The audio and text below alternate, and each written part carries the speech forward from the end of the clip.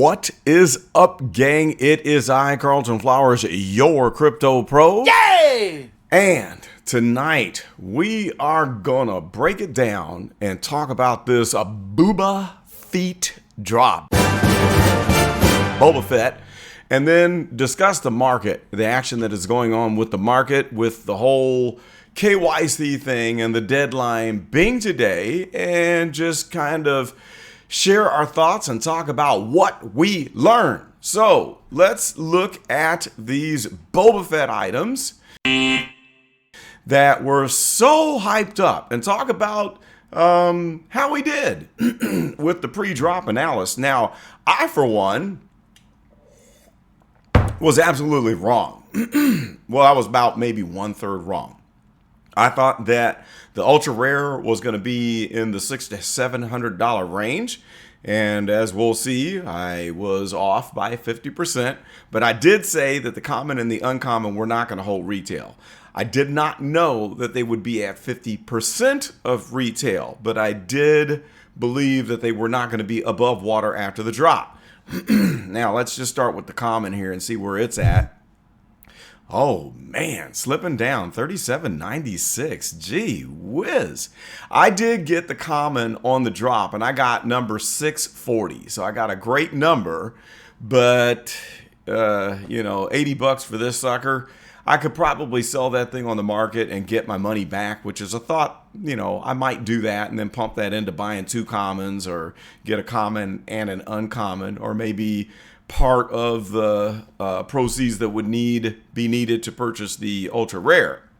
Now let's check out the uncommon price, and we are at $38.99. Man, that's weak.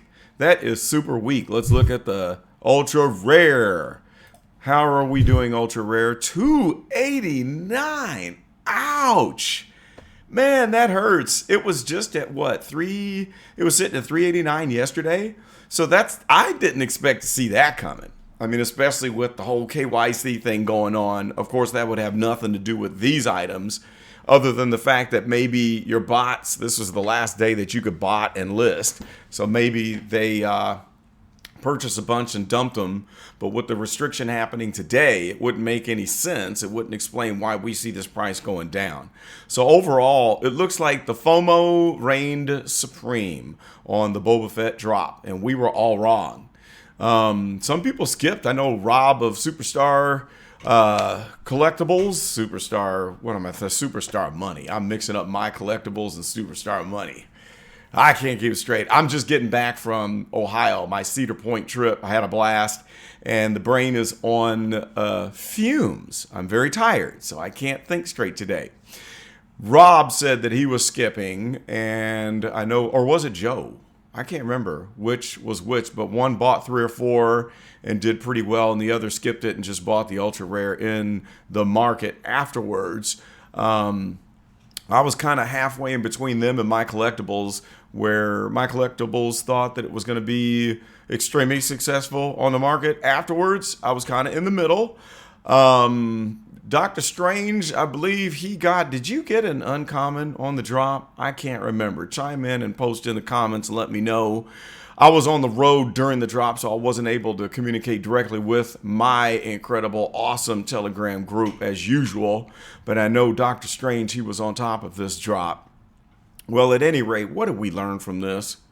We learned that you really have to have a way to sort out the FOMO and the hype from what reality is. On the one hand, we don't ever want to miss a holy grail. Like, say, Darth Vader. I was lucky enough to get the ultra rare. And you don't ever want to look back and say, why didn't I buy that? Like I did when I passed up the Secret Rare Spider-Man last year this time. Like I did when I passed on the Walt statue, when I had gotten a drop on every other one of the drops that week of the first golden moments. You don't ever want to do that again. And so on the one hand, you want that grail. And on the other hand, you don't want to overshoot and go bananas on a blind box drop where you overspend and that item doesn't come out being a grail.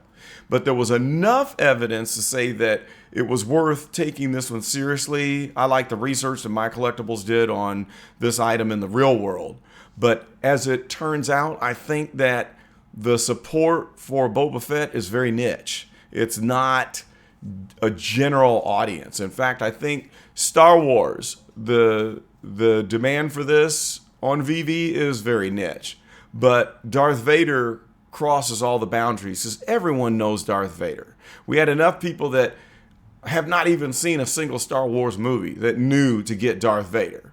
Whereas those same folks that have never seen the movies, they're not going to know what the heck Boba Fett did and what his role is and significance in any of these stories. So that is very niche, when you understand what the story behind Boba Fett is.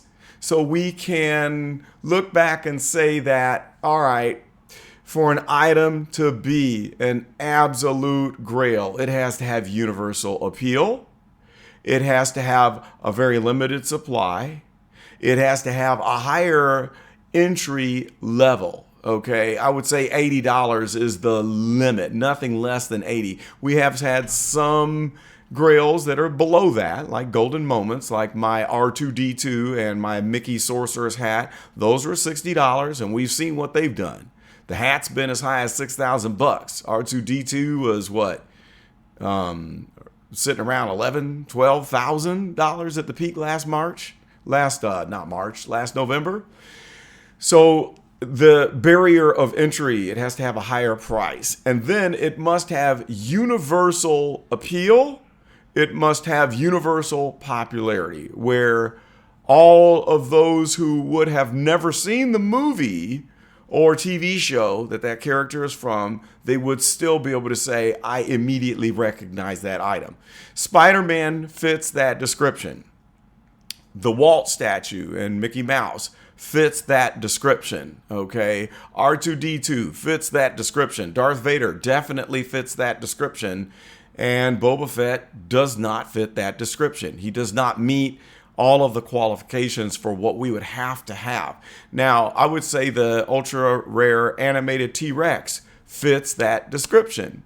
And even though it's underperforming in the market right now, I bought mine at 180 gems, and it's sitting at what, 150? I'd have to look and see where it's at right now. But it does fit all that criteria because everyone knows about the T-Rex and the movies, okay, even if you've never seen any of the Jurassic Park movies. So I think it has future grail possibility. So those are the things that I think we can think about to help us to determine on the next drop, does this thing have grail capability? All right, enough of Boba Fett. Sorry, Mr. Feet, you're done. Let's look at some other things of significance that are in the market and talk about the whole effect of this KYC thing. If you don't know about that, today was the limit where anybody who had listings on the market, if you did not complete the Know Your Customer rules and get verified, your listings come down. And a lot of talk has been out there saying that we're going to have this massive jump up in prices, and it's going to start another run because all of the bots who are listing things that they got for dirt cheap or with illicit gems or whatever would be removed. And my answer to that, my opinion would be that we would see a bump up in prices that will float back down, because whenever you have an unnatural event that comes in and pushes the market for a moment, you tend to float back down to earth, where the natural supply and demand of the market will bring you right back where you started from. So I think we're already seeing that. And in my opinion, I think we're going to return to the distribution phase of the cycles. And I will have a video coming up. We have not talked about charts, but we're going to talk about the charts of the grails and popular items and look and see where we are in the phases of the market, the 4 phases that I always talk about. So this would be an unnatural event. And it's just like in crypto, whenever we had the feds that announced the rates last week, when we didn't know if it was going to be 75 basis points, 100 or 150. So it came out that it was 75 basis points, and the market went boom. It shot up. We had the Fed announcement pump, and what happened after that? After it ran for 24 to 48 hours, it came right back down, and we're giving back those gains because that's an artificial external thing that pushes on the natural equilibrium of the market. Okay? And once all the dust is settled, the same supply and demand will take over. And that's why you're watching Bitcoin go down right now. I will have a new video coming out analyzing that. Probably done, it'll be done tomorrow. So keep your eyes on that, because when you understand the effect of these news events on crypto, you'll understand the same effect that we have on these special circumstances or even FOMO news events on the items with the VeVe marketplace. Okay? So looking at Silver Surfer, we were down as low as 84 gems, and then it bumped way up, and now it's starting to float right back down. I picked up one at 89, so I'm happy with that. We're at 100. I think we were up at 110 or higher during the immediate bump, and now we're going to see this float back right where we were before. So we'll see what the natural equilibrium point is. Maybe it's not as low as 84, but maybe it's at 89. But now we can see people are competing and undercutting for the lowest listing. We did not hold that 109. And now when you see 101.95 and someone comes in at 100, they're trying to edge each other out. And that says that the momentum, the price movement is headed downward. Let's look at a couple other items. Woody is $74.99. Not a big bump, guys. I mean, we were at what? 59 was the absolute low point, and it was looking like 65 to 70 was the equilibrium. So $74.99, we're heading right back down to that. This is not holding much strength. Let's see here. I'm trying to get the rest of these. Let me scrunch this in. Where's the little carrot dealie? There it is. All right. Let's look at the finale. 95. See, it bumped up to 100. It came right back down.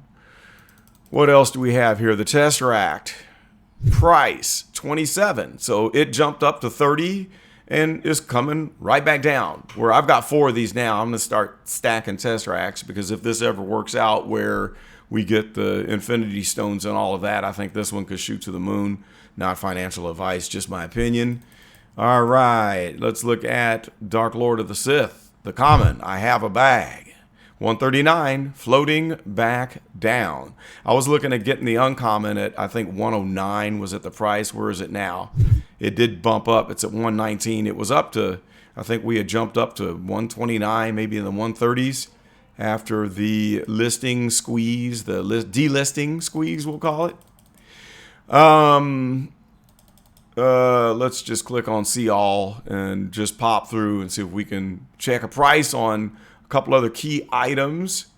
Welcome to San Diego, back to 48. That's bringing it full circle. So we see that it was an outside event. It was an artificial, somewhat of an artificial event. In other words, it's something that happens temporary, that doesn't have a long-lasting effect on changing prices. You can't just bump up the prices and expect for everything to rocket off unless you are at the true bottom of the market where we're about to transition into the next cycle. If you're still within the distribution phase, you're gonna have that bump up and you're gonna float right back down to that equilibrium price. It's like a reverse rug pull. It's a rug push where the prices go up immediately and then they float back down. Let's look at the Spider-Man common at 222. So it bumped up, and we were at 180. I think I saw it at 230. This one's holding pretty good, holding strong. How about the Skywalker lightsaber? 32 gems. So we're kind of floating back down just a little bit there with the lightsabers. The golden moments, I think, floated down too. We'll jump in and look at those. $50.99 on Kit. It's floating back down. So let's jump back over here and just look at a few golden moments. One thing I did notice already on Captain America, the Chimichanga truck at 26. It's already floating back down. Captain America Ultra Rare is back down, 210. That's the pre-squeeze, the pre-delisting squeeze, okay?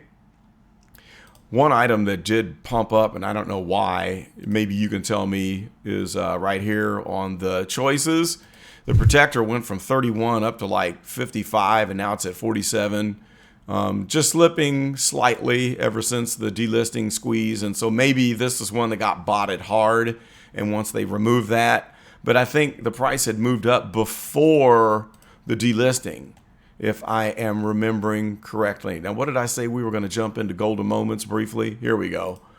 Let's just look at a few of these. There's a glitch on the app, if you've noticed, where you go into an item and you have to get rid of the tag now, where you have to hit the X to see the items that are listed in that category. It didn't do that before. I don't know what's up with that. Maybe y'all can tell me if you know. It's maybe in the cookies or something with the way that it's storing the information. All right, so Iron Man, where are we? Iron Man 339 floating back down. Lady and the Tramp, I picked this one up at 89. 109, I think it did get bumped up a little bit and is holding.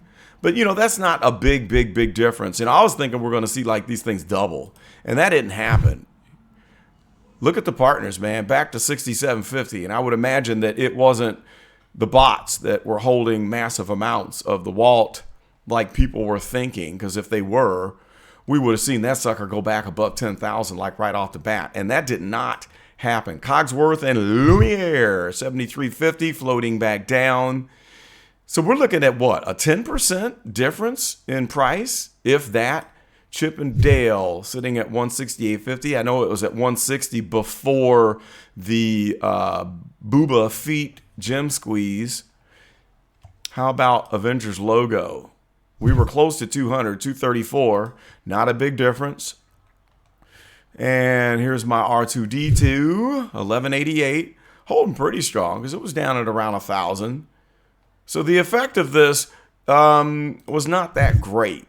278 on Homer and Bart. Really, it's nothing burger. We can crack this up to a very small event with a very slight effect on price. And moving forward, it should just make the natural trend of the market stronger. In other words, the natural forces of supply and demand. It will shore that up. There's less cheating and less market manipulation. We'll still have whale manipulation, but I don't think this whole delisting in KYC is going to have that much. Definitely not an adverse effect. I think it's overall positive, but it's not going to shake prices up or cause some major run up. I'm thinking the distribution phase continues on. And it might be longer than what we're thinking. And that's what we'll break into and analyze when I do the video about charts. How long will the distribution phase drag on? What are we looking at here? When is going to be the next parabolic run up? I'm thinking it's going to take longer than normal, than what I'm thinking, that these market cycles are extending, which is natural. Now, I'm bored and I'm like, dang, can we get a run up? And it's going to be hard for me in my ADDHD nature to make it through this long, boring distribution phase because I want to see the action. But it is going to make me, hopefully, a very wealthy man because the longer this distribution phase goes on, the more I'm going to be sniping items off of these market floors and stacking. Because the stacking is happening. We talked about that in my last video, and I'll do an update and talk about some of my fresh stacks. So that's what we will have to look forward to. I'll get that market report happening this week since I'm back from out of town. And also, I'm going to try to squeeze it in. There's a few things I have planned. I got to get Dokta Strange on here one of these nights. Dokta Strange, I'll hit you up and see when we can get on here and do something. Another guy I got to mention is my man VeVe Arcade. I'm needing to get over on his channel or maybe have him pop in here or maybe we could do like a group discussion. And then also, last but not least, if I can squeeze it in, I'm going to try to jump over and visit the amazing superstars Rob and Joe. I will Twitter you and we'll see if we can set something up so I can guest appear on their channel. Those guys are amazing, incredible. Their research and work is just unmatched. There's so many great people that I want to reach out to and collaborate with because we have the best community. I mean, Randy Chavez, gosh darn. One of these days I'm going to get him on here. I eat up so much of his content. It's just insane. He has so much insight and information and has such patience and knowledge for being in the younger millennial generation. You guys are on top of things. I'm impressed with you and very proud of the work that you do. I would like it if you would like, comment, and subscribe to the Crypto Pro channel. And thank you very much for your continued support. I will get back to the list of promised content.